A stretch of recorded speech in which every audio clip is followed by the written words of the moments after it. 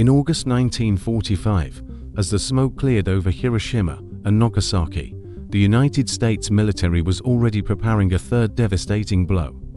A 6.2 kilogram sphere of refined plutonium-gallium alloy had been manufactured at the Los Alamos laboratory, destined to be the heart of a third atomic bomb to be dropped on a Japanese city. However, Japan's sudden surrender on August 15th changed the course of history and the fate of this specific weapon. Instead of being encased in a bomb assembly and dropped from a B-29, the sphere remained in New Mexico, transitioning from a weapon of war to a subject of high-risk research. It was a silent predator, a 14-pound mass of metal that didn't need a high-altitude drop to kill.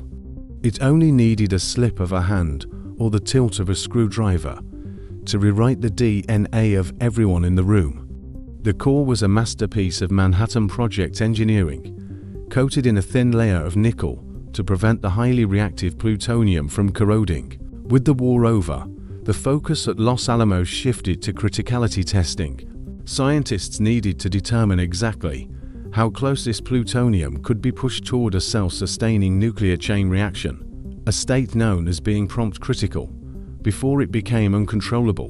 By surrounding the core with neutron-reflecting materials like tungsten carbide, researchers could bounce escaping neutrons back into the core to increase its activity.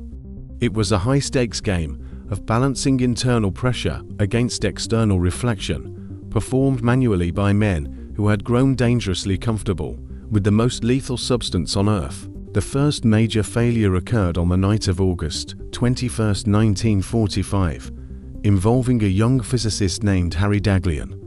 Working late and against established safety protocols that required a second observer, Daghlian was building a wall of tungsten carbide bricks around the core. As he moved to place a final brick over the center of the assembly, his grip failed. The brick dropped directly onto the plutonium, instantly turning the assembly into a prompt critical reactor. A flash of blue light illuminated the laboratory, the visible signature of ionized air, caused by an intense burst of radiation. Daghlian instinctively knocked the brick off the core with his hand, stopping the reaction, but the damage was done. In that single second of exposure, the neutron flux had shattered the cellular integrity of Daghlian's body.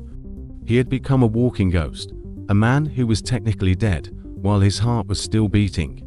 Over the next 25 days, the medical staff at Los Alamos watched as his internal organs failed and the skin on his hands died from the inside out. He died on September 15, 1945. Despite this loss, the core was not decommissioned.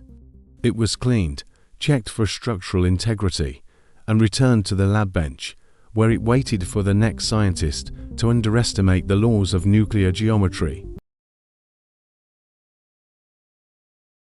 The medical reality of Louis Slotin's final 9 days was not a struggle for recovery, but a documented observation of biological dissolution when the screwdriver slipped. The massive burst of neutron radiation performed what is technically known as in vivo cellular destruction. The radiation moved through his body at nearly the speed of light, tearing through the double helix structures of his DNA. Within seconds, the blueprints for his cellular regeneration were deleted. Slotin's body still possessed enough existing cells to function for a short period, but he had lost the ability to produce new ones. His bone marrow, the factory for his blood, was effectively sterilized, and the lining of his gastrointestinal tract began to die off without replacement. By the second day, Slotin entered a deceptive state often referred to as the walking ghost phase. To a casual observer, he appeared stable and was even able to converse with his colleagues. But the internal data told a different story. His blood count was plummeting as his body failed to replace dying white blood cells. By the fifth day, the latent period ended, and the full weight of acute radiation syndrome took hold. His temperature spiked, his pulse raced, and his skin began to undergo what doctors described as total epidermal sloughing. Because his cells could no longer divide to repair the skin, it simply began to detach from the underlying tissue in large, necrotic sheets.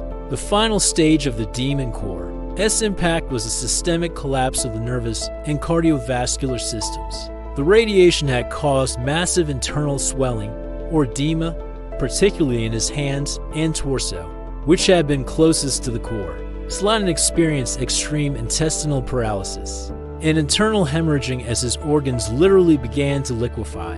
His body was unable to maintain blood pressure or oxygenate his brain. On the 9th day, after suffering through a period of intense mental confusion and total physical failure, Louis Slotin succumbed to his injuries. He did not die from a single wound, but from the simultaneous failure of every biological system in his body. The death of Louis Slotin marked the end of an era where human intuition was used to gatekeep nuclear energy.